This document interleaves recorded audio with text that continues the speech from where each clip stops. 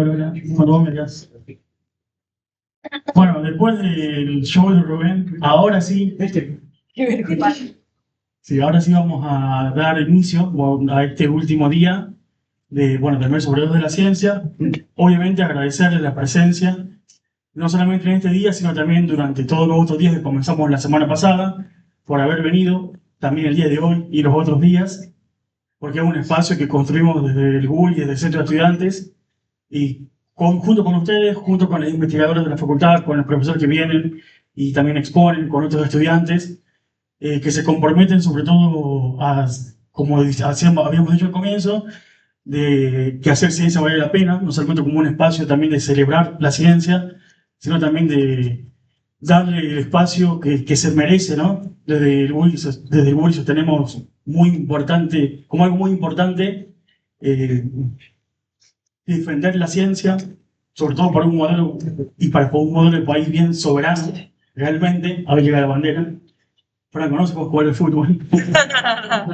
y nada, es muy importante que hayan venido y este espacio también de resistencia en un ámbito o en una actualidad donde la ciencia también es como vapuleada, desprestigiada y también el sistema científico universitario es no solamente desfinanciado, sino también sistemáticamente desmantelado. Así que para nosotros es muy importante que estén presentes. Agradecemos también, bueno, este último día que comenzó a las 2 de la tarde, agradecemos a la AFA y a la Subcomisión de Estudiantes de Física, a Sofi, a Omar, a Franco, que hicieron posible el nuestro deporte que tiene una tarde, donde no solamente pudieron ver investigaciones que hacen también los compañeros, sino también comer algo y tomar algo, seguramente también lo pudieron hacer. Y ahora, bueno, porque después de esto hay una choripaneada, así que quédense acá en los asadores, se va a hacer el sorteo con todos los numeritos y ese ganador tiene que estar presente acá y no va a haber solamente un premio, hay 3 premios. Después se van a enterar. Para que no, Para 3 personas distintas, ¿no? Claramente. Que tienen que estar presentes acá y tienen que tener numeritos. Pero Sin más preámbulos, le damos un fuerte aplauso a la licenciada Ana Luz, que va a hacer que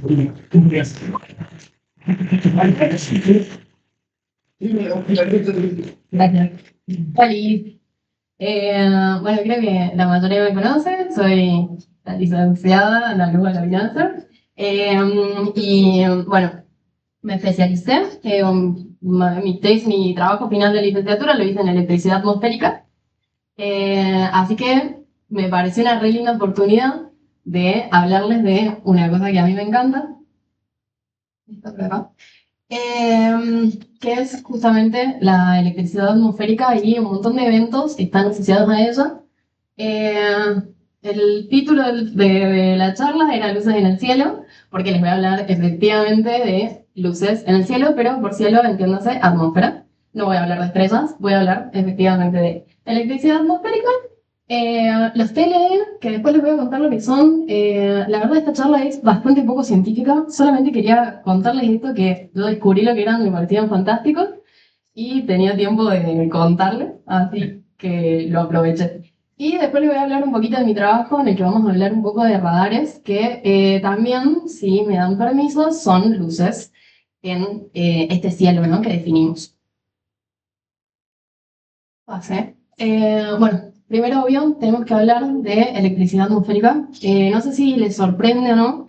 Tal vez yo soy muy poco intuitiva, pero a mí me sorprendió esta palabra, esta frase directamente, no esta, la frase electricidad atmosférica, ¿sí? Porque yo conocía lo que eran los rayos, me encantaban los rayos, pero de repente estaba esta noción de, che, existe la electricidad, hay electrones dando vuelta en la atmósfera y bueno, ¿por qué pasa eso? Para que lo entiendan es bastante simple, pero a mí me emociona esto. Pero la Tierra, que es una esferita, tiene alrededor una capita dieléctrica, una capita de aire, que es la atmósfera. Y encima, al final de todas estas capas de la atmósfera, existe una capa que es más o menos constante en espesor, depende un poco de la actividad solar y de la posición de la órbita terrestre y esas cosas. Che, ¿está funcionando esto? ¿Puedo estar sin el micrófono? Sí. Es lo mismo, ¿no? Gané una apuesta. Ah. Bien. Hay una capa muy elevada en la atmósfera que se llama la ionosfera, que, como lo dice su nombre, es una capa llena de iones cargados positivamente. Esta diferencia de potencial que hay entre la superficie terrestre y la ionosfera hace que toda la atmósfera se comporte como el dieléctrico de un capacitor. ¿Sí? Pero si se mide el campo eléctrico a tiempo bueno, es decir, sin tormentas, con el cielo despejado y en condiciones climáticas bastante estables, se mide alrededor de todo el mundo un campo eléctrico de aproximadamente 100 voltios por metro, bastante constante y bastante estable. Así que para que exista ese campo eléctrico, si solamente tuviéramos un capacitor, las cargas se irían para abajo, para arriba, para abajo, y se descargarían muy rápidamente. Para que nosotros tengamos ese campo eléctrico, tenemos que tener una batería. Nuestra batería son las nubes de tormenta, ¿sí? Las nubes de tormenta tienen su propio mecanismo de electrificación y son las productoras de rayos y de otros eventos que ya vamos a ver. Pero bueno, son las que alimentan todo este circuito. Ay, denme 2 segundos que se me confunde.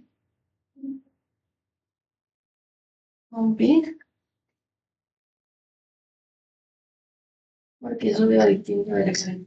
Ya. Las nubes de tormenta. Este es como más mi objeto de estudio. Y como les digo, son estas baterías del circuito eléctrico, pero a priori no sabemos por qué están electrificadas. ¿Alguien sabe por qué está electrificado? ¿Fue mi defensa de tesis? ¿No sabes? Ah, bien. Listo. Después te pregunto. No. Las nubes de tormenta tienen distintos mecanismos de electrificación, los más importantes que se enmarcan en distintos tipos. Hay un montón de teorías de electrificación, pero entre todas estas teorías se enmarcan en los mecanismos no inductivos y los mecanismos inductivos. Los inductivos son fáciles de entender. Cuando ya tenemos un campo eléctrico circundante, las moleculitas, que casi todas las moléculas, casi todos los hidrometeoros que componen las nubes son de agua, las moléculas de agua se pueden polarizar y cuando se polarizan generan una separación de carga. Esa es como fácil de entender. Los mecanismos no inductivos son los interesantes y son los que dan origen justamente al campo eléctrico que va a permitir que los mecanismos sí inductivos funcionen. ¿Sí? ¿Y cómo funcionan? Por colisiones entre distintas partículas de hielo.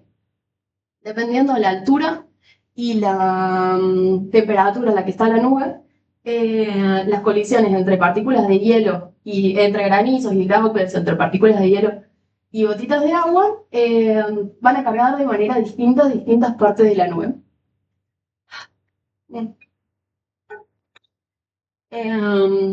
Y así se genera la estructura eléctrica de las nubes de tormenta, que se modela como, por acá lo puse en el nuevo, como un tripolo. Un tripolo es simplemente una estructura eléctrica bastante ideal. Obviamente las nubes son súper caóticas. No les expliqué que un tripolo tiene una carga positiva superior bastante grande en la nube, una carga negativa en el medio de la nube de más o menos la misma magnitud que la carga positiva superior y una carga positiva bastante más pequeña en el centro de la nube, en la parte de la base. Este tripolo genera los campos eléctricos estables genera campos eléctricos de mucha magnitud dentro de la nube. Y bueno, cuando hay hay una separación de carga tan grande que puede generar una diferencia de potencial lo suficientemente grande como para que se rompa el dieléctrico del aire, se genera lo que conocemos como un rayo, ¿no? Pero bueno, esto... Después les voy a contar lo que es un rayo. ¿Qué más les quiero contar de las nubes de tormenta? Bueno, y de acá salen todas las cargas que vamos a tener en nuestro circuito global eléctrico. Ahora sí, vamos a los eventos luminosos. Les voy a hablar de los rayos, que como les contaba antes es una cosa muy fantástica. ¿Se dan? Por justamente estas separaciones de cargas que hay entre las tormentas. Y pasan un montón de cosas. Yo les quería contar como un poquito más de la física que hay detrás de los rayos, porque si bien se modelan, es una cosa bastante poco agarrable en un laboratorio, ¿sí? No podemos tener un rayo en un laboratorio en condiciones controladas. Entonces, todos los mecanismos de descargas eléctricas son una explicación bastante burda de lo que ocurre. Si bien tenemos entendido que son los rayos, ya van a ver cómo empiezan a ver cosas que no tienen tanto sentido. Los rayos, sabemos bastante bien qué es lo que está pasando. Cuando hay una cantidad de carga muy grande, empiezan a ionizar las moléculas de aire a su alrededor, abriéndose un caminito conductor, ¿sí? El aire en estado normal no es conductor, es un aislante, es de hecho muy buen aislante, pero las magnitudes de estos campos hacen que efectivamente las moléculas de aire igual puedan ser ionizadas. Así, cuando estos electroncitos que ya están libres empiezan a ionizar una parte, los iones lo que hacen es largar electrones y esto se retroalimenta haciendo lo que se conoce como una avalancha de electrones, que es lo que se forma, es el canal que se forma. No es precisamente lo que estamos viendo el step leader, se llama step leader porque se forma de manera escalonada, ¿no? Hacen estos caminitos de acuerdo al camino que menor energía le requiera ionizar a los electrones. Pero esto no es lo que estamos viendo, ¿sí? El evento luminoso se da cuando este camino de iones llega a conectarse con las cargas que están o bien en la superficie o bien en otra parte de la nube. Acá les puse dos pedacitos, uno que va a tierra y otro que se da entre dos partes distintas de la nube. Cuando estas dos cargas opuestas se conectan, se da lo que vemos como el rayo, ¿sí? Que tiene... eso se conoce como el return stroke, el relámpago de retorno, no sé si tiene traducción. Pero es que lo que vemos y esa onda de choque que se calienta un montón, de repente son un montón de electrones yendo por el mismo canal, calienta muchísimo el aire y genera una expansión térmica, que es lo que vemos, lo que escuchamos como el trueno. ¿Qué más? ¿Se entendió? ¿Lo dije bien? Bueno, son fantásticos los rayos. Es eso, pueden haber rayos de nube a tierra, pueden haber rayos de nube a nube, en la misma nube o de una nube hacia otra, y hay muchas veces rayos que vienen desde la Tierra hasta la nube, dependiendo de la polaridad que tenga. En general, muy al centro de la nube, vieron que les contaba que la estructura eléctrica de las nubes es tripolar. Ay, me voy a morir, yo tengo que aprender a hablar en público. Me canso mucho. La estructura eléctrica de un tripoli tenía una pequeña zona de región positiva en la base de la nube. Entonces, esa región positiva hace que lo que tienda a hacer el step leader son los electrones que están en tierra, ¿sí? Y que sea para arriba. Eso me parece divertido. Entonces, los rayos que vienen de tierra para arriba son medio los más peligrosos porque son los que se encuentran, los que suceden en la zona más convectiva de la tormenta. Bien. Son hermosos, todos bonitos, son todos los que conocemos. O sea, todos hemos visto rayos. Yo lo que le quería contar son estos otros fenómenos que ocurren, son visibles, son luces de colores en el cielo y me parecen hermosas. Casi todos están dados por también nubes de tormenta. No tengo muchos, ¿no? No. Bueno. Este es como un esquemita de todas las otras cosas que suceden. Tampoco les conté, pero todo el clima, las tormentas, todo lo que ocurre en nuestro escenario, en donde pasan las cosas, es la troposfera, ¿sí? Que es una capa de la atmósfera que llega con ganas hasta los 20 kilómetros en zonas ecuatoriales. Pero es bastante baja. La atmósfera se extiende mucho más arriba. Solo que pasa en esta... Fantástico. Me ofrecieron esto para la tele y también le tuve que agarrar risa. Todos los eventos meteorológicos ocurren acá, en esta zona chiquitita, es horrible. En esta zona bastante cortita, porque es en el único lugar en donde puede haber coalescencia de gotas de agua, ¿sí? Acá ya hay muy poca densidad de partículas, entonces no podemos tener como agrupamientos ni organización, que necesitamos organización para que se forme el flujo. Bien. En estas regiones, sobre todo en la ionosfera que se extiende desde, varía mucho esto, yo les voy a tirar un número para que tenga sentido mi charla, pero entre los 50 y los 100 kilómetros, que es esta capa que yo les decía que está altamente cargada, ocurren un montón de otras cosas. Yo les voy a hablar de los elfos, los sprites y los jets. Y de otras cosas, pero porque eso ya fue capricho mío. Después las otras, esto que está acá también es interesante, si quieren después me lo preguntan, pero no sé tanto de eso, solo que es una locura. Es como generación de antimateria en tope de nube. Bien. Los sprites. Los sprites son estas cosas súper alienígenas. A partir de ahora, de todo lo que hable, no se tiene mucha bibliografía, porque son muy difíciles de estudiar. Todos estos eventos, TLE significa Transient Luminous Events, y eso, duran microsegundos, sí, milisegundos. Entonces son muy difíciles de fotografiar. Acá vemos cómo es el desarrollo de un sprite, que los sprites también, no lo dije, pero se dan en altitudes muy altas, y se dan casi siempre después de descargas eléctricas muy intensas. Cuando digo descargas eléctricas solas, me estoy refiriendo a lo que hablábamos antes de relámpagos o rayos, ¿no? Está mal decirle rayos y relámpagos, no hay una buena traducción de lightning,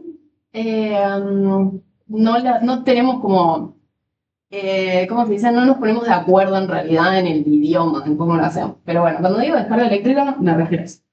Esto también es una descarga eléctrica, pero no me voy a referir a esto como descarga eléctrica porque esto es bastante una cosa más rara. Pero casi siempre se da después de una descarga eléctrica a tierra o una descarga eléctrica muy fuerte entre las nubes. Bueno, tiene una estructura filamentosa. Hay varios estudios, mentira, hay un estudio continuado de un autor que me pareció re lindo. Si quieren después, si les gusta esto, no están mis amigos matemáticos. Pero bueno, a los matemáticos les va a gustar esto. Hay toda una modelización, no sé si esa palabra existe, para ver cómo se forman estos filamentos que tienen estructura, ¿cómo se dice? Fractal. Y me pareció hermoso, con esa estructura fractal, lo que hacen es observar cómo sería el campo eléctrico de la nube de tormenta que lo generó, digamos, hacen como ingeniería inversa. Bien. Y bueno, acá tenemos otras imágenes. Apagar un poquito la luz, vamos a pegar. ¿No es de acá? También, pero no se les... Listo. Bueno, hasta mientras yo les cuento que algo que también me salté. Todas estas, buenísimas. Todas estas cosas, a ver si se ven más bonitos que los anteriores, son muy alienígenas. Todos estos eventos se dan en general por encima de tormentas eléctricas, porque cuando ocurren muchas descargas, y el campo eléctrico interno de la tormenta claramente va a cambiar y cambia de maneras bastante caóticas y da lugar a estos eventos. Bueno, estos me parecen los más lindos de todos. Después tenemos los jets, que el mecanismo es aún menos conocido todavía, ocurre muchísimo menos que los sprites, y tenemos los blue jets y los gigantic jets, que se pueden extender como hasta los 90 kilómetros. Pueden extender hasta conectarse con la ionosfera, ¿sí? Desde el tope de la nube hasta conectarse con la ionosfera. Esa conexión es muy alta, porque esa flujo de energía es muy, muy, muy grande, porque la ionosfera está altamente cargada. Entonces tenemos electrones que viajan libremente, porque encima, como les había dicho, todos los eventos meteorológicos ocurren por debajo de la tropopausa, porque ahí tenemos una densidad de agua que puede estar junta. Arriba de la tropopausa todas las cosas, todo es libre. No hay ni siquiera, es casi vacío. Entonces estas cargas se pueden mover muy tranquilamente. Y bueno, se ven de ese color porque están ionizando las pocas moléculas que hay ahí. El azul creo que es del nitrógeno, no sé si lo puse, pero estoy casi segura que es del nitrógeno de la segunda línea espectral del nitrógeno. Porque los rojos también son por nitrógeno, pero por otra línea. Y acá podemos ver un par más. Esta imagen es una imagen que, si no me equivoco, tiene como 10 segundos de apertura de lente, no me acuerdo cómo se dice, de exposición. Y que se pudieron ver varios. Esto es en Australia. Y esto, no sé bien dónde es en la Tierra, pero es tomado desde la Estación Espacial Internacional. Y esto fue hace re poquito. Creo que en julio, y me parece fantástico porque tenés que tener un re buen hoyo para sacarle a una de estas cosas. Porque no sé si lo tengo acá puesto, pero duran muy poquito tiempo. Eso del orden de los milisegundos. Y por último tenemos los ELVs, que estos no son descargas eléctricas, sino una cosa aún más rara todavía. Y es que, ¿se acuerdan cuando les conté de los relámpagos? Que tenemos el return stroke que provoca esta expansión de aire que hace que lo escuchemos, también provocan pulsos electromagnéticos. De hecho, esa es una de las razones por las que podemos ver rayos, pero estos pulsos electromagnéticos los emiten en muy bajas frecuencias, al menos en realidad los que no vemos. Pasan muchas cosas en un rayo, pero los pulsos de muy baja frecuencia pueden interactuar con los iones en la ionosfera y se producen estas cosas que son gigantes. Y bueno, eso. Son muy lindas. De estas solamente encontré estas dos fotos. Una está en el paper del instituto de estas cosas y la otra la fui a buscar como en la quinta página de Google. No, hay muy poca fotografía de esto. Tampoco se sabe bien por qué pasa. Es eso. No se sabe muy bien por qué forma de anillo ni nada. Hay testimonios orales de que se ven anillos dobles o anillos triples, pero bueno, también es para creerle a la gente.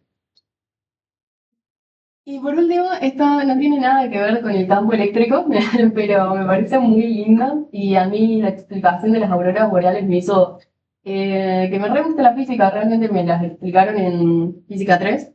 Después las volví a leer para esto y hay una parte que no entendí, pero voy a tratar de explicarle los que me explicaron a mí en Física 3. Y bueno, vienen un montón de particulitas, no se puede hacer más lento este video. El Sol nos trae un montón de partículas cargadas de alguna manera loca. Esta es la parte que no entiendo. Le pueden preguntar al Tadeo. Y vienen estas partículas cargadas. Ah, yo puse la parte en la que llega a la Tierra. Termina ahí. Bueno, estas partículas se eyectan y llegan hasta el campo magnético de la Tierra. Se lo voy a dibujar acá. El campo magnético de la Tierra también tiene unas líneas de campo magnético parecidas que se reconfiguran cuando estas lo chocan y las partículas que andan dando vueltas que vienen acompañadas de estos, les voy a decir vientos solares, no sé si estoy diciendo el término correcto, entran al campo magnético en la Tierra y entran de manera helicoidal alrededor de las líneas de campo. Como entran de manera helicoidal, se van acelerando y esa aceleración hace que las partículas emitan y se generan las auroras, en general. Yo acá puse solamente auroras australes. No, me apagaste. Un segundito más. Es que son muy lindas estas fotos. Pero son muy lindas. Y bueno, estas son todas australes. Las más conocidas son las boreales porque tienen un turismo alrededor y lugares que puedes pisar para ir a verlo. Pero bueno, esta es en Ushuaia del año pasado. No sé si se acuerdan, pero fue medio noticia porque llegaron como auroras boreales a latitudes bastante altas. Y estas dos son en la base Marambio. Y me parecen hermosos. Si me quieren invitar a Islandia o a no las veo. Bueno, y ahora sí, todo esto no no tiene nada que ver con lo que yo estudié, solamente la primera parte. Pero también les quería contar un poco. Si me querés prender la luz ahora, estamos. Perdón, Mike, por tu grabación. No, vos tranqui. Bueno, les voy a contar. No tratan de leer esto, solamente puse el abstract porque quedó vacía esta parte, si no. Pero en mi trabajo final, tituló Predicción de descargas eléctricas atmosféricas con Machine Learning y datos del RMA1. Lo que hicimos fue tratar de predecir al menos si el punto podía ocurrir o no una descarga eléctrica atmosférica. Ustedes dirán, nos mostraste un montón de cositas bonitas, toda la bola. ¿Por qué es de interés el estudio de esto? Bueno, los rayos. Las cositas de colores, medio que fue solo porque me parecían lindas, que las quería mostrar, quería que conozcan que existen. Pero los rayos sí son importantes. Las descargas eléctricas atmosféricas sirven siempre como premonitor, como... Ay, no me va a salir la palabra, perdón, estoy medio enferma y mi cerebro funciona medio en bloques. Pero sirven para predecir eventos meteorológicos severos en tierra, como la caída muy fuerte de granizo. Porque como habíamos dicho, todas las cargas eléctricas de la nube de tormenta se mueven a través del hielo que hay en ellas. Entonces, si tenés mucha actividad eléctrica, posiblemente tengas granizo en superficie. Y acá, de nuevo, no se va a notar, pero Córdoba tiene un puntito rojo acá. Este mapa muestra la tasa anual global de cargas eléctricas de tierra. Y Córdoba tiene un puntito rojo ahí. Tenemos las tormentas más altas de la región. Bueno, la altura de las tormentas también es un parámetro que genera muchas descargas eléctricas. Pero es muy interesante estudiar esto acá, porque tenemos eventos muy severos y está bueno tener la capacidad predictiva para tomar control hacer control de riesgo. Así. Bien. ¿Cómo hice esto? No les conté, bueno, les voy a contar un poquito de mi trabajo, de mi vida poco, porque siento que no de la mitad vino mi charla de la TC. Pero lo que hicimos fue estudiar unas 5 tormentas en las que teníamos acceso a los datos del radar RMA1. Evaluamos cuáles eran las variables microfísicas de esas tormentas, analizando palabras también, pero bueno, ustedes créanme. Sobre esas variables vimos si se podían predecir descargas eléctricas que habíamos detectado con una fuente que es una antena que tenemos en la terraza de la Facu, que forma parte de una red global de detectores de muy baja frecuencia. Bien, y logramos bastante buenos resultados. O sea, era verdad que el hielo traía carga, eso ya lo sabíamos, pero encima tenemos como una capacidad predictiva bastante buena, como del 80%, es bastante buena para la meteorología, con datos que a priori no tienen que ver con descargas. Pero bueno, cuando hice el trabajo, lo que más me gustó, lo que más disfruté de hacer este trabajo, la verdad, fue trabajar con los datos del radar, porque son datos hermosos. El radar es un instrumento gigante, no sé si lo conocen, que está acá a la vuelta del RMA1. Es un radar meteorológico que monitorea continuamente la atmósfera. Y bueno, tenemos acceso a los datos porque formamos parte de las instituciones que tienen acceso a esos datos. Bien, esto es. Yo estaba en la charla que fui al medio de la ciencia que fueron exactamente 3. Hablamos de que las tecnologías, los avances tecnológicos, muchas veces son dados por investigación militar, ¿sí? Los radares son como el zoom de eso. Empiezan siendo tecnología efectivamente militar y hasta el día de hoy que usamos jerga militar para nombrar, por ejemplo, la banda en la que trabaja, ¿sí? Los radares son de banda C, banda X, banda S, y no sé, en la Primera y la Segunda Guerra Mundial no te decía qué significaba cada una de estas letras. Nosotros ahora sabemos que banda C es entre 5 y 6 GHz, que son en el rango de las microondas. Pero bueno, ¿por qué sabemos todas estas cosas? Ah, bueno, yo dejé esto medio libre, no les voy a explicar cómo funciona un radar ni nada de eso. Ustedes me pueden preguntar. A mí me encanta hablar del radar, es una cosa hermosa. A nivel instrumento, a nivel tecnología, es fantástica, pero hoy les quería hablar de otra cosa. Y bueno, lo que quiero que les quede claro es que es un radar bándese y es de doble polarimetría, lo que significa que tiene dos haces en paralelo, perdón, dos haces perpendiculares. Bien, bien. ¿Qué es el radar RMA1, además de ser un radar? Forma parte de un sistema nacional, el Sistema Nacional de Radares Meteorológicos, que es un proyecto que se desarrolló a partir del año 2011, que básicamente busca tener un monitoreo continuo de todo el país a nivel meteorológico.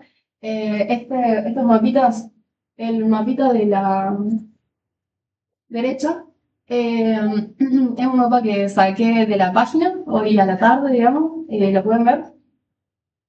Si buscan Sinarame Radares, eso les muestra en vivo la precipitación que está viendo en realidad la concentración de hidrometeoros que está viendo en el nivel más bajo del escaneo.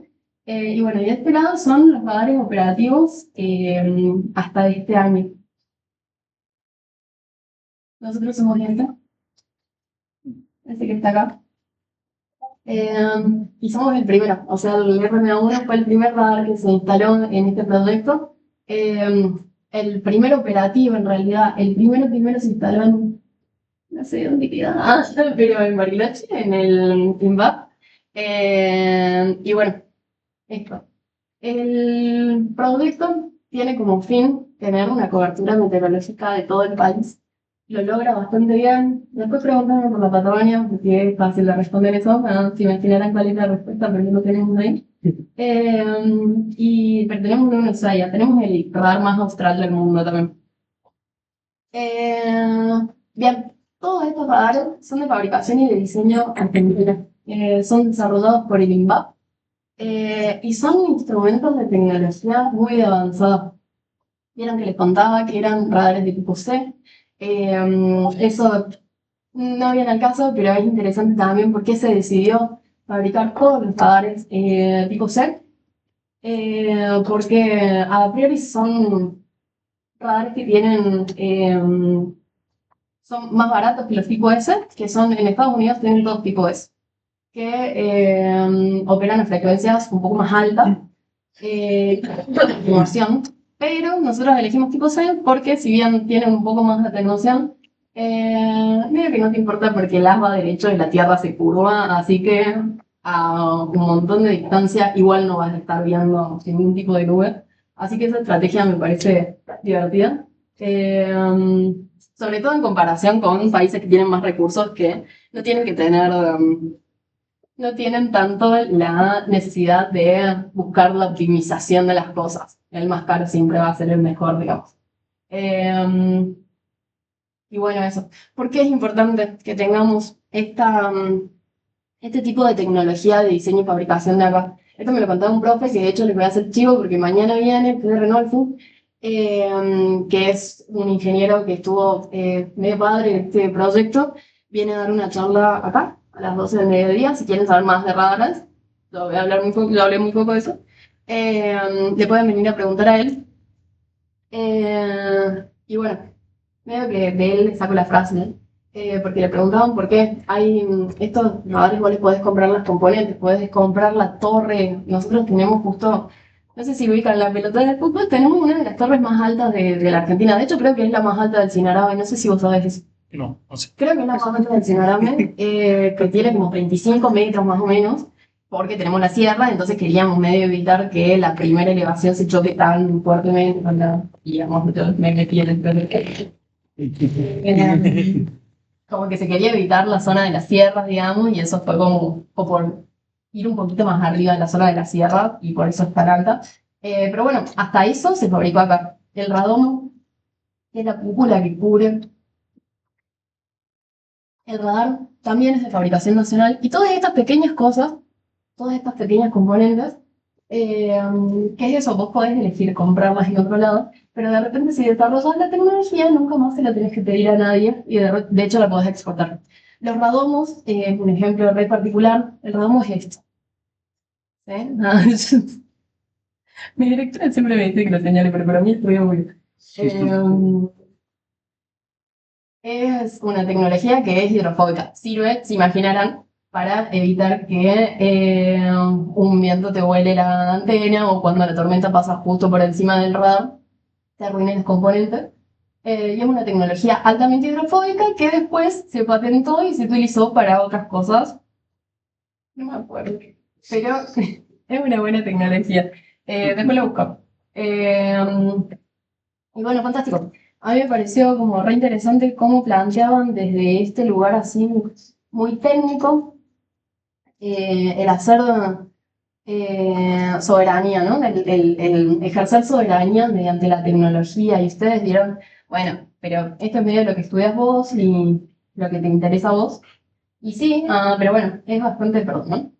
Por resto de la grabación. No sabemos.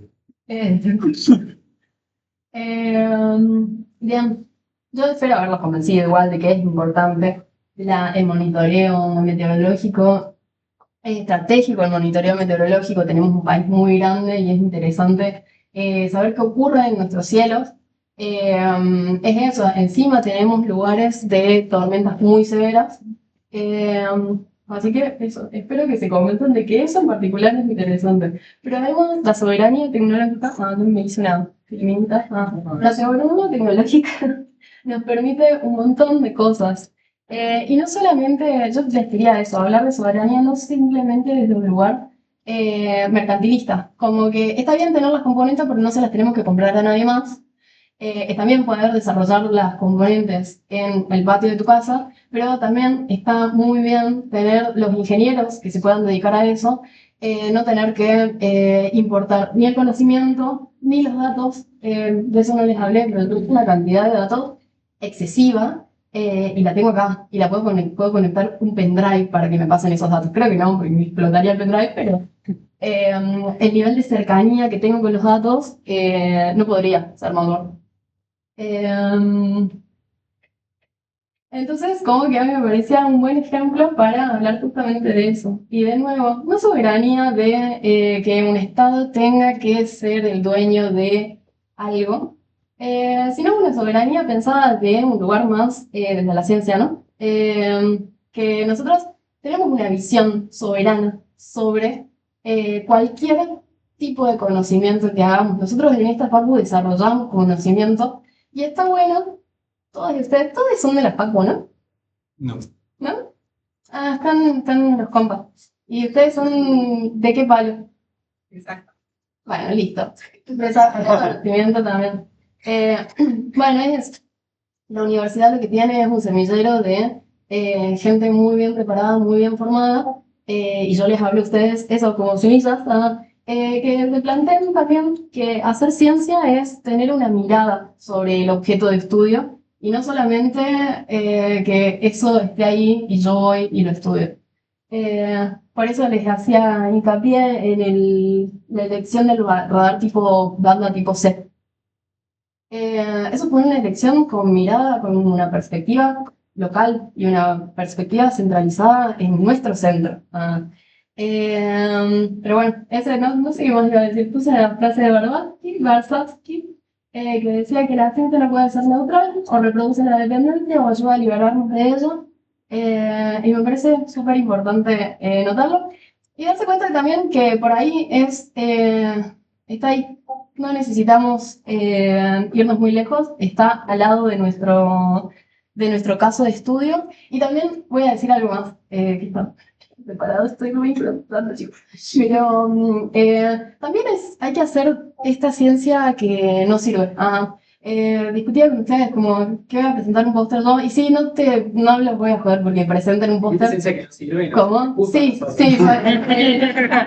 No, pero para mí también es necesario, como voy a hacer ciencia que no sirve, que se habla de eso, como, bueno, no, tenemos que hacer ciencia porque podemos producir tecnología, tenemos que hacer ciencia porque podemos producir cosas que estamos a la vanguardia de la tecnología. Y no, la ciencia no debería estar ligada a un resultado inmediato, ¿no? Es como justo lo contrario, más.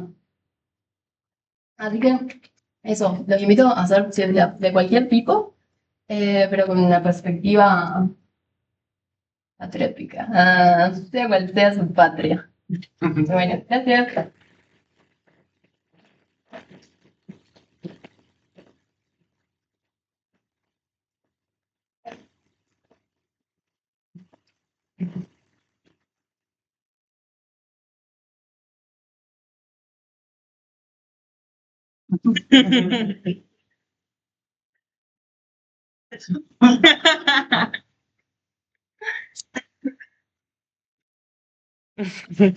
Sí, voy a usarlo.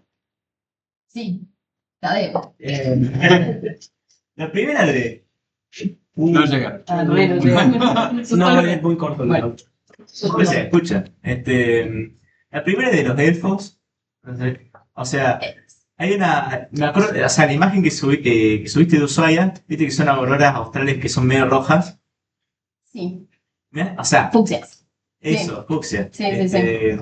Se me hacen muy parecidas a los elfos, pero, o sea, visualmente yo no tengo idea de. Yo sé que, por ejemplo, las auroras depende del color. O sea, Es la molécula que excitan. claro, y Sí, que depende de la está ionizando. altura. O sea, ¿a qué altura está el elfo? Porque yo vi una deposita que sean hace 20, 30 kilómetros de ancho. Yo imagino que para que sea Sí. tan chiquito tiene que estar altísimo. Está altísimo, está en la ionosfera, que yo les decía eso, la ionosfera es lo más alto que tenemos, se lleva desde los 70 hasta los 100 kilómetros. ¿Sigue siendo bien? Sí, creo que sí. No sé órdenes de magnitud. Pero acá había una... ¿Dónde les digo lo de la ionosfera? Ahí está. Acá. O sea, se eleva bastante alto. Ah, y eso, los elfos ni siquiera son del tope, de la base de la ionosfera, que es, por ejemplo, a donde llegan los jets. Los jets se conectan con donde empieza la ionosfera. Al toque que empieza, ahí es donde se van a conectar. Y si ven, se extienden un montón, pero se extienden antes de la ionosfera. Los elfos sí están como inmersos adentro. Porque son excitaciones de pulsos electromagnéticos, no son descargas, digamos. Bueno, también iba. Bueno, según me contaste, iba ligado a otra pregunta que te iba a hacer. Lo mismo de si estaba más relacionada a la actividad solar, como las auroras, o era algo más local. Okay. Se sabe muy poco. Muy poco. Pero sí se estudia que están muy relacionados, como que hay una correlación de casi inmediata de que ocurren después de una descarga eléctrica muy masiva. Entonces como que tienen que ver.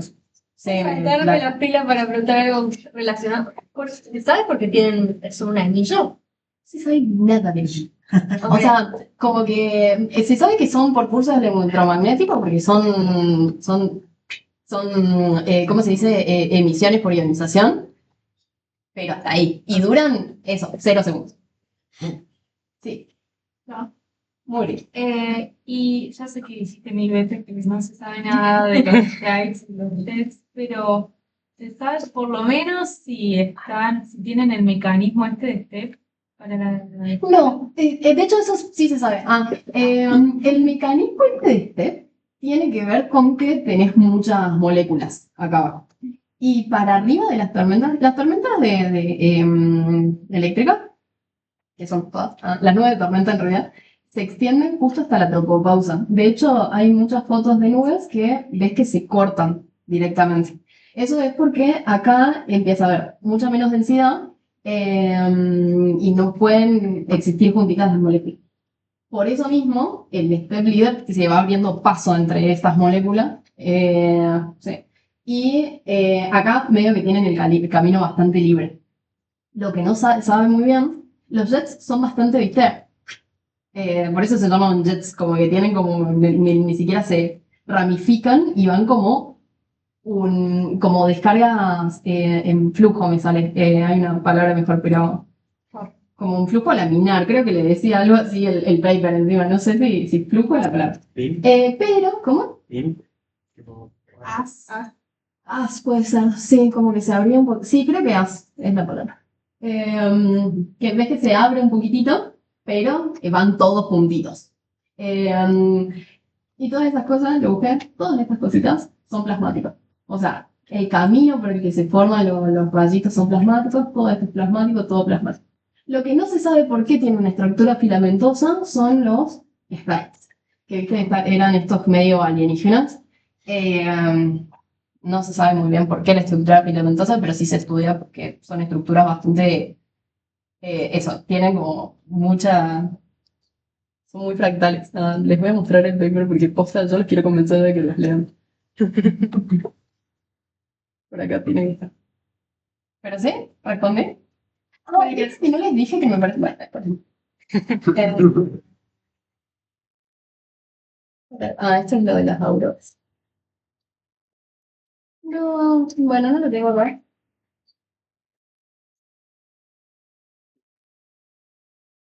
Bueno, no lo tengo acá. Así que tenía a manos. Algo que no les mostré que a mí me parece bastante fantástico es que vieron que los rayos pulsan. Cuando ves un rayo, ves como varios al mismo tiempo. Eso es efectivamente porque estaban pasando varias avalanchas de electrones al mismo tiempo sobre un canal que ya fue creado, digamos. Como que es estable este canal plasmático. Un ratito, muy poquito tiempo. Vos querías.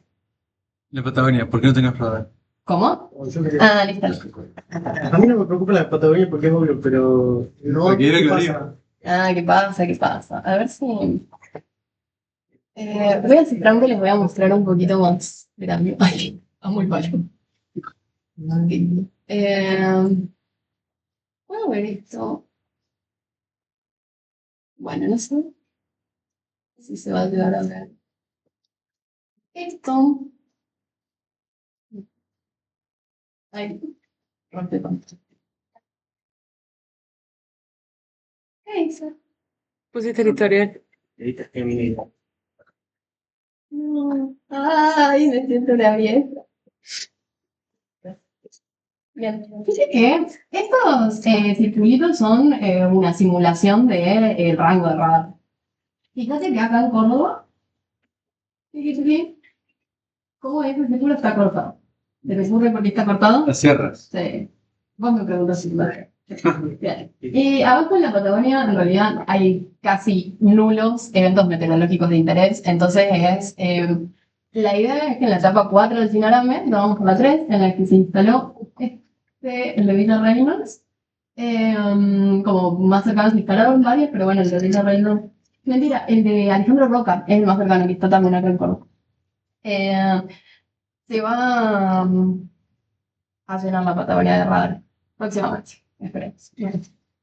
¿Por qué no hay ahora? ¿Cómo? ¿Por qué no hay? Y porque estos se fueron poniendo, o sea, al principio empezaron con un radar, que era este de acá.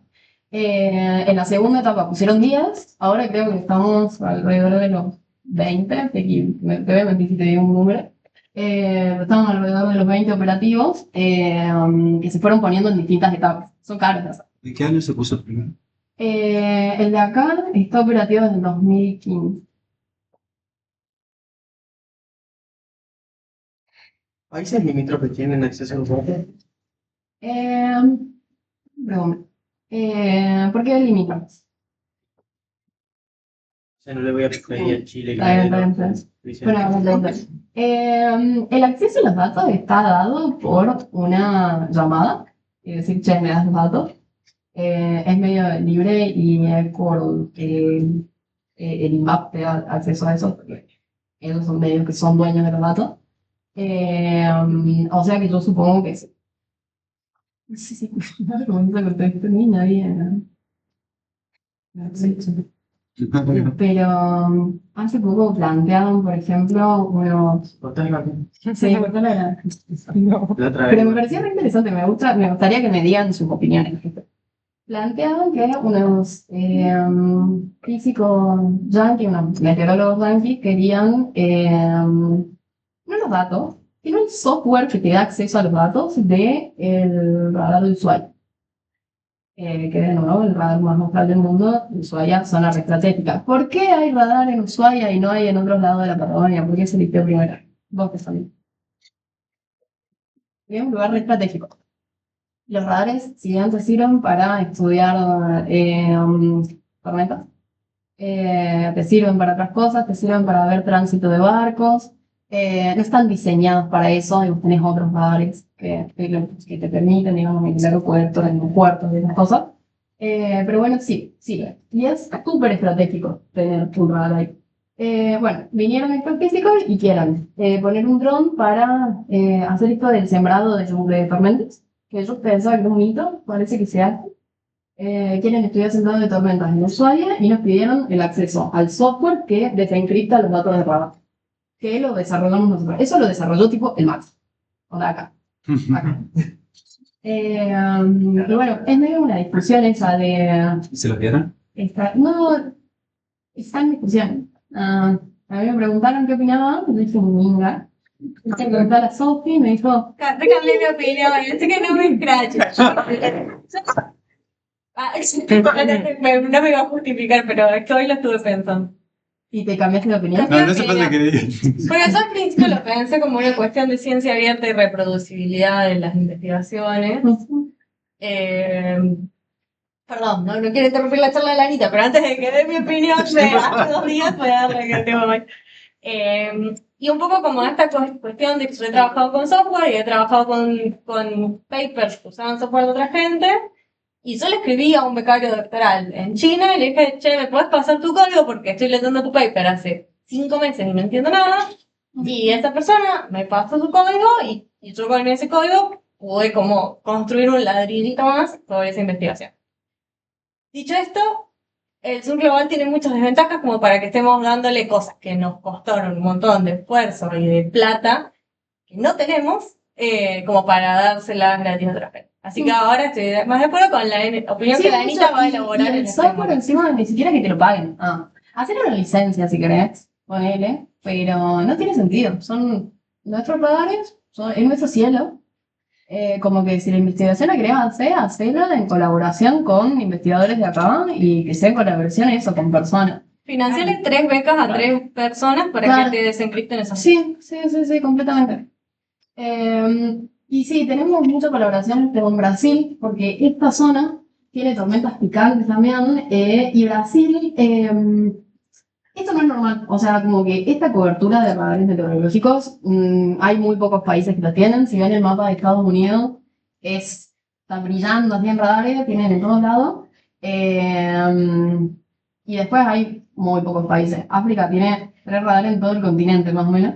Pero nosotros, Argentina y Brasil, que no es casualidad, Argentina y Brasil arman al mismo tiempo el proyecto. Ellos no tienen Dinarame, obvio, pero tienen un proyecto bastante parecido. No llegan a cubrir todo el país, tanto como nosotros, porque su país es más grande, y tienen una Amazonas en el medio que está compli.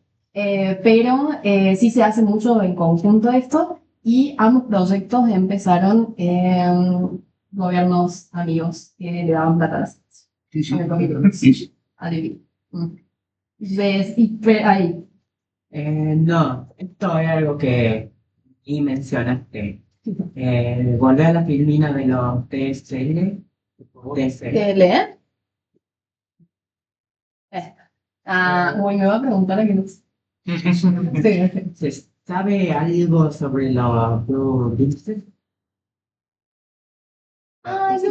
No, ni siquiera los... yo creo que son de estos... Bueno, este justo se ve bastante como un jet. Pero viste que llegas a ver ahí algo. Esto de acá es el jet que sale así como reexpulsado.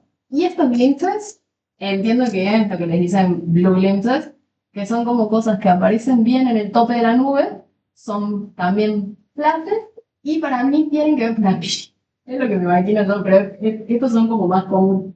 Tienen que ver con que las cargas en el tope de la nube están muy cerquitas de lugares con moléculas sueltas, ionizan esa partecita chiquitita, digamos. Y después son grandes, ¿no? Chiquitita, grande, arbitrario. Creo que tienen que ver con eso, pero no, pero estoy medio tirando picho. Ah, bueno, ojalá. Nadie me preguntó por la antimateria. Ay, sí te iba a preguntar, por eso bueno, ahora ya me pregunté. Ah, no entiendo muy bien qué pasa, pero creo que los Gigantic Jets, que son estos que son los más energéticos, son como tan energéticos que emiten partículas gamma. Las partículas gamma hacen cosas. Ay, no me acuerdo, yo me debería acordar esto muy patentemente. Pero las partículas gamma chocan con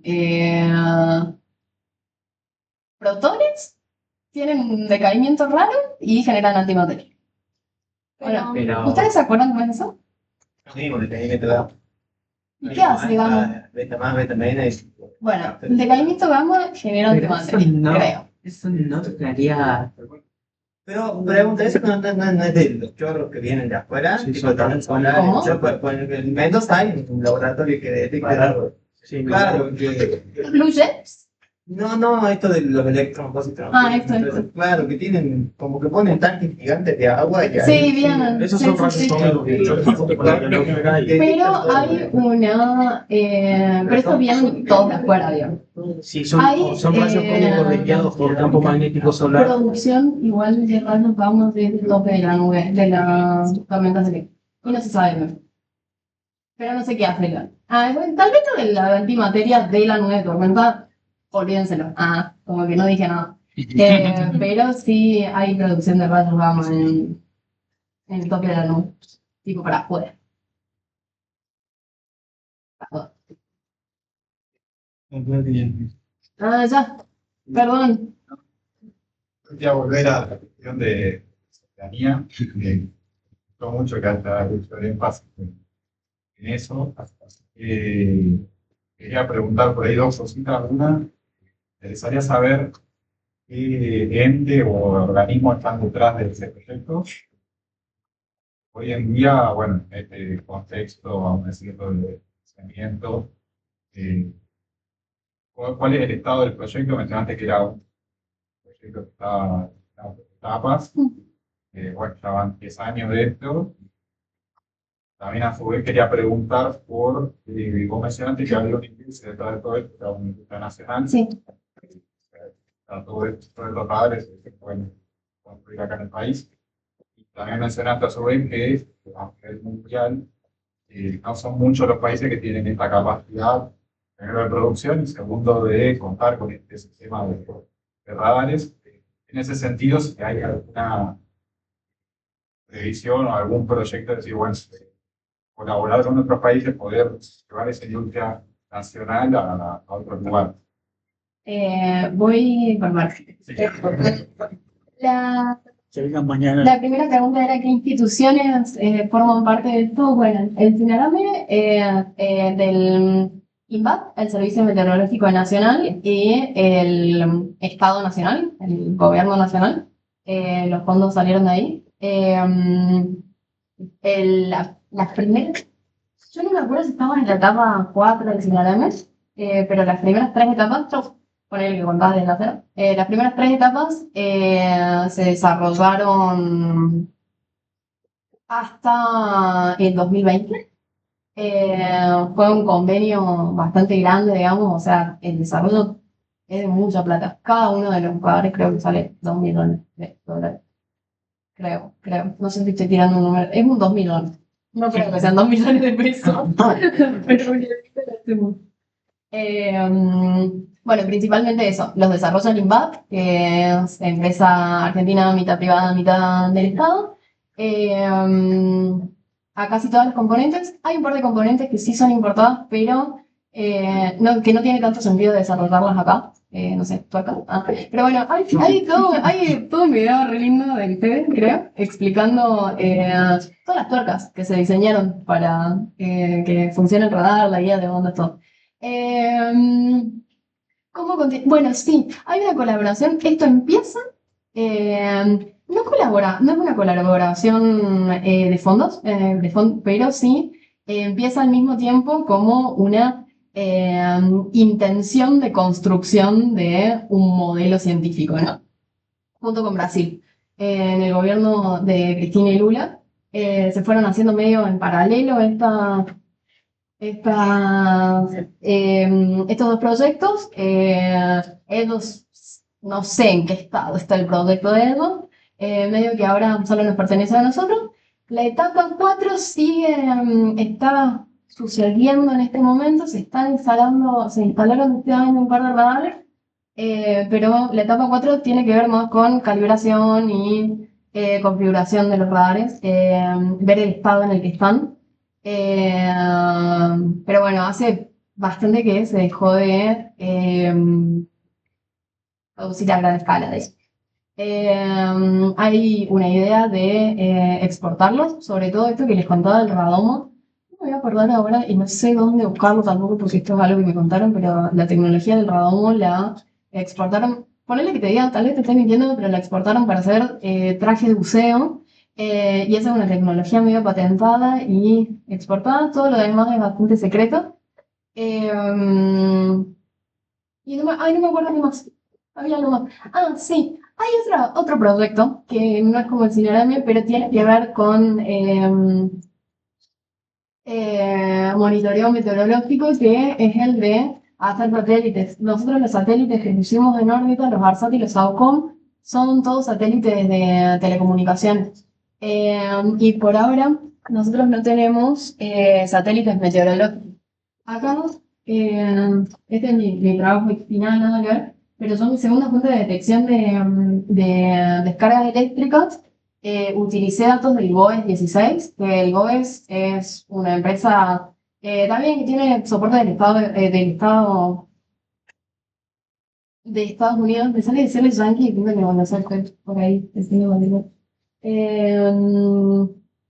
pero bueno, ponen plata en muchos privados. Igual tenemos acceso a los datos. Voy a darles una cartita. Son re abiertos con los datos. Los datos de satélites están en todos lados. Se usan mucho para investigación, entonces son bastante abiertos.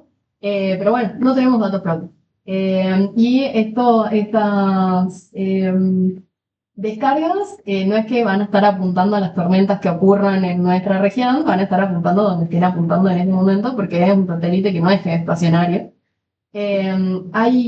Bueno, alrededor del 2011 también se empezaron a hacer tratativas para hacer un satélite geoestacionario que sea geoestacionario en nuestra región. Con Brasil también, y eso medio que se pagaron en los gobiernos de Macri y Bolsonaro. Como que medio que fue lo primero que se dejó de hacer. Había una pregunta más en el medio. Ya, no te olvidé, pero respondiste casi todo lo Listo. que antes estaba. Bueno, y si les interesa saber, yo trabajo en el Observatorio Hidrometeorológico de Córdoba desde hace como 3 semanas. Y es increíble ese lugar que es ahora el que centraliza el sistema el Servicio Meteorológico Nacional acá en Córdoba al menos. Trabajamos con un montón de gente de distintos palos haciendo investigación sobre estos datos y haciendo en proyectos que son de avance tecnológico. Hay poca plata. Medio que nos está financiando a nosotros, nos financian más que nada la provincia. Muy poco, y muchos privados. Nos financia un poco el PEC, como que es un lugar que solo busca financiamiento de otros lados, no tiene como fondos propios. Pero bueno, si te sirve así como el datito por ver. Nos vamos a expandir a toda la región igual. Ya les va a llegar. Sí, Siguiendo la línea esta sobre Niema, para el radar de Ushuaia, sí. todo lo importante de eso es de industria nacional, porque en la charla de Mirta nos contaba que por ahí, por ejemplo, querían en Padea comprar un avión a Brasil y de Reino Unido no dejaba porque tenía un par de componentes de Reino Unido. Entonces no dejaban que se venda el avión a Argentina, por razones. Nosotros, o sea, casi todas las componentes son, excepto, es eso, tuercas. Como que hay un par de cosas, pero todas las componentes tecnológicas y de estructura son de diseño y fabricación acá. Y el de Ushuaia, ¿qué me preguntaste de particular? Yo sí, puntualmente Ushuaia porque está cerca de las Malvinas y con quien podemos tener No. conflictos. No, y de última, los componentes creo tecnológicos. que, o sea, es eso, creo que hay componentes compradas en Taiwán, que no hacemos procesadores, lamentablemente, eh, pero, pero no sé de ningún conflicto de esos. Y el de Ushuaia tiene las mismas componentes que todos los demás, son todos hermanos. Ah, eso les quería mostrar. Acá hay un par, Y los ojos. eso, los tres rojos son estos. Estos tres rojos, ¿en qué zona están? De la Argentina. ¿Cómo? La cuenca ligera. Bueno, sí, son radares de INTA. Son radares que ya estaban bastante viejos y son radares de tecnología de simple polarimetría. Entonces, le digo que no te sirven tanto para nowcasting. Esos quedaron y no sé cómo es el tratado, pero también tenemos acceso a esos datos tranqui, porque trabajamos mucho con el INTA también. Pero la idea es optimizar los precios en algún sentido, sin ahora mis silicons. Sí. Yo te quería preguntar, creo que lo dijiste o por ahí, ¿qué era lo que era particular de la banda C, de los de José? ¿Y por qué eso, una está cuestión re de bueno, soberanía? Cuando vos vas a diseñar tu radar, a ver, las bandas es eso, es tener radar y banda K, X, C, S.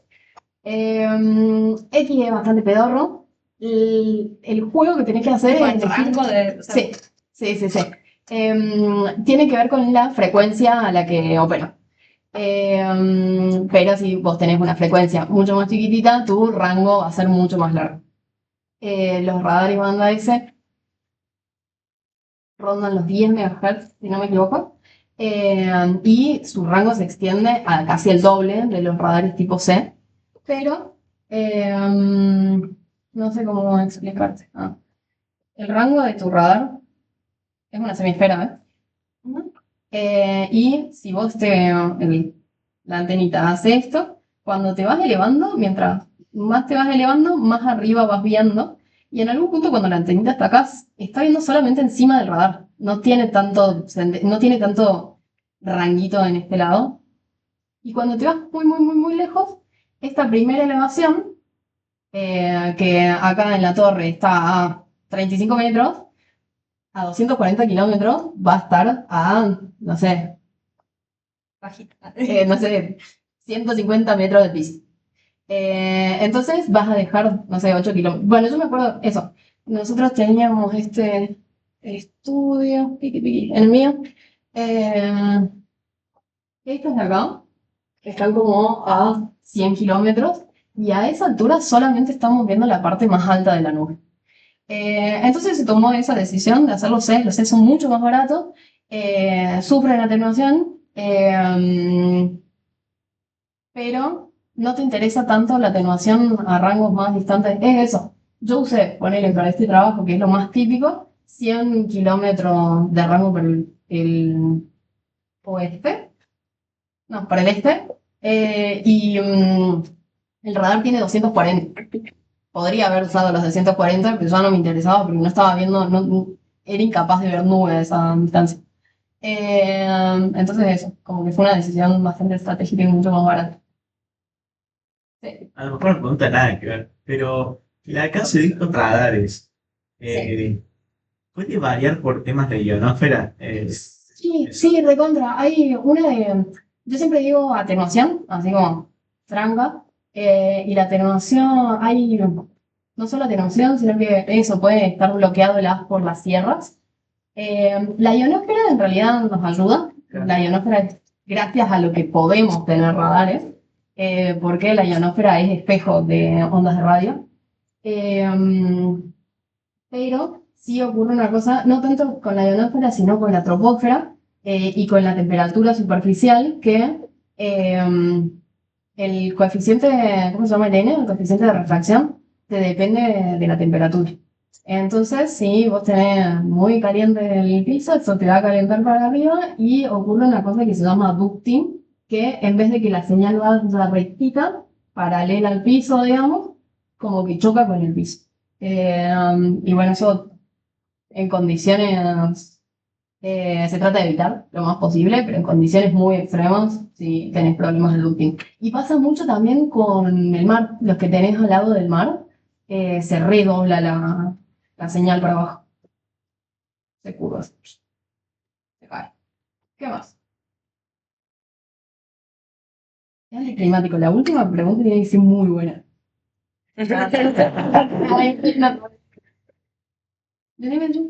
Mañana va a llover. Tengo una No tabla. sé. ¿Va a llover ahora? Porque vamos. No sé. Yo me enteré que llovía porque abrí la ventana para venir, digamos, como que no tenía idea que. ¿Y llovió al final ahí?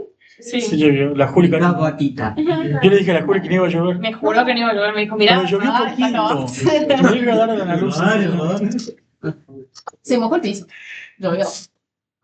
Bueno, listo. Está bien. Vos tenías mal. ¿O no? ¿Quién? No, el rubidito de gato. Esto no es solo cambio climático la pregunta. ¿Nada más? ¿No? No.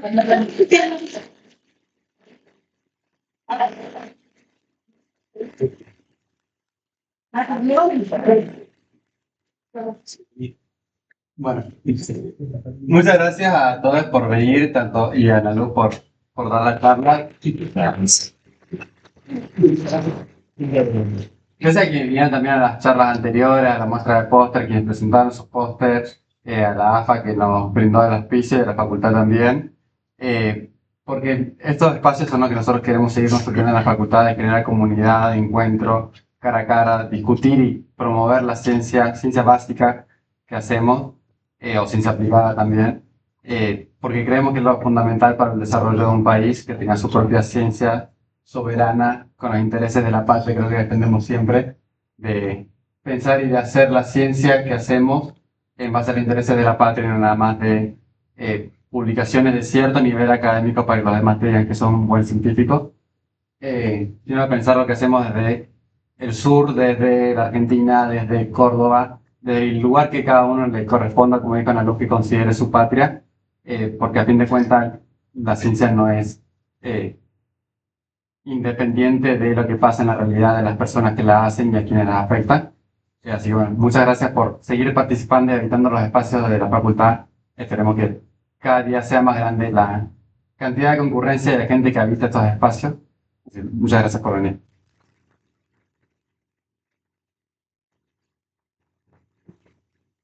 Bueno, ahora vamos a hacer un sorteo y vamos a hacer choris a precio costo, si no me equivoco. Sí. Así que estamos invitados a...